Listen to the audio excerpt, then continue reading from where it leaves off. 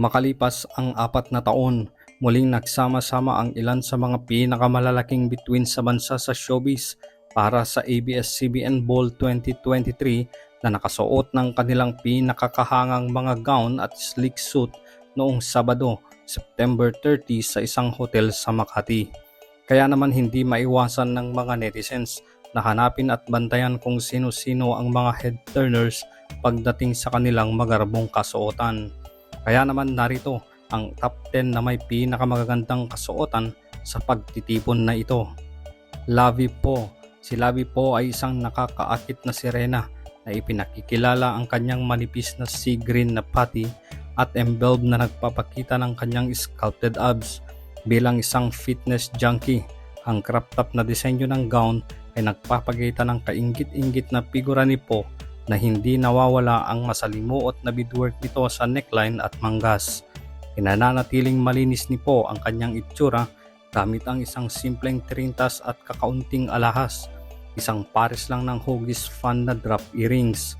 Ang kanyang tila kakulangan sa pagpapaganda ay nagbibigay ng paniniwala sa kasabihan na kung minsan ay mas kaunti ay higit pa. Catherine Bernardo. Pinatutunayan ni Catherine Bernardo na karapat-dapat siyang pangalanan bilang Best Dressed Star sa ABS-CBN Ball nang yakapin niya ang kanyang A Very Good Girl persona na may pasadyang gown ni Mark Baumgartner sa isang gem-encrusted turtleneck cut. Kinumpleto niya ang kanyang itsura sa isang chic bob na neutral na makeup. Kim Chiu. Isa pang bida na yumakap sa kanyang sexy side ay si Kim Chiu, ang nagpakita ng kanyang balat sa isang see-through na Francis Libarian na gown. Ang sequin na nude gown, kompleto sa kumikinang na accessories na diamante at kulot na mga kandado ay nagpapakita ng mapanghangas na fashion sense ng aktres. Marina Summers.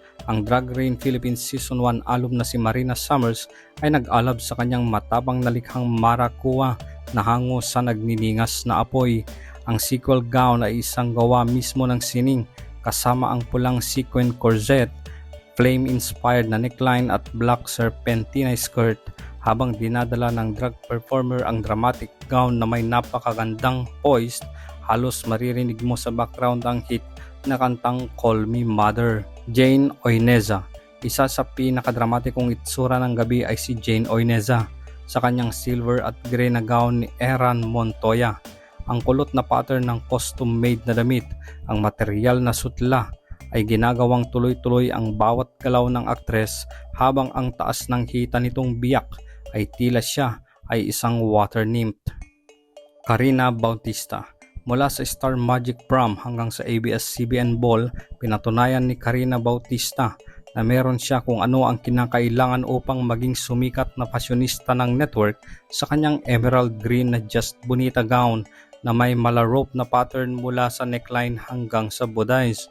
Bagamat ang ruche top at gold accessories ay maaaring mukhang masyadong marami sa mga tagalabas, ito pala ang kinakailangang elemento para sa isang glam look. Janela Salvador. Kitang-kita ang galing ni Janela Salvador sa drama sa kanyang brown na Anthony Ramirez na gown na may snake-inspired pattern.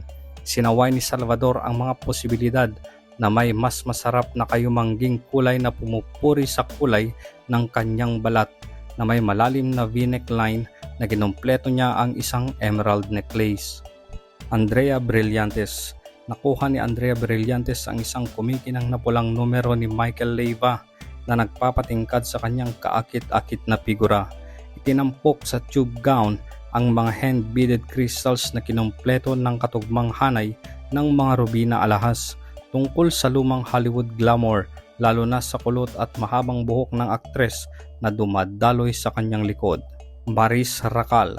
Si Maris Racal ay isa pang bituin na nagwagi sa lumang Hollywood glamour noong gabing iyon gamit ang kanyang costume na Mark Rancy gown.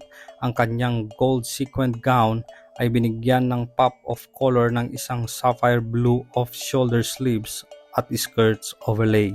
Belle Mariano. Ang isang tao ay kailangang magkaroon ng isang tiyak na uri ng biyaya na tila walang kahirap-hirap sa paghugot ng isang nude princess-inspired na ball gown. At si Bel Mariano ay isa sa mga piling tao na nakapagdala nito ng mahusay. Ang beaded Michael Leva gown kasama ang pastel shade at petticoats nito ay pinuri ng masiselang katangian ng aktres. Ang ethereal looks ay tinapos sa neutral makeup, regal waves at silver accessories mula sa Bulgari. Sino ang pinakabet mo sa kanila, kachika?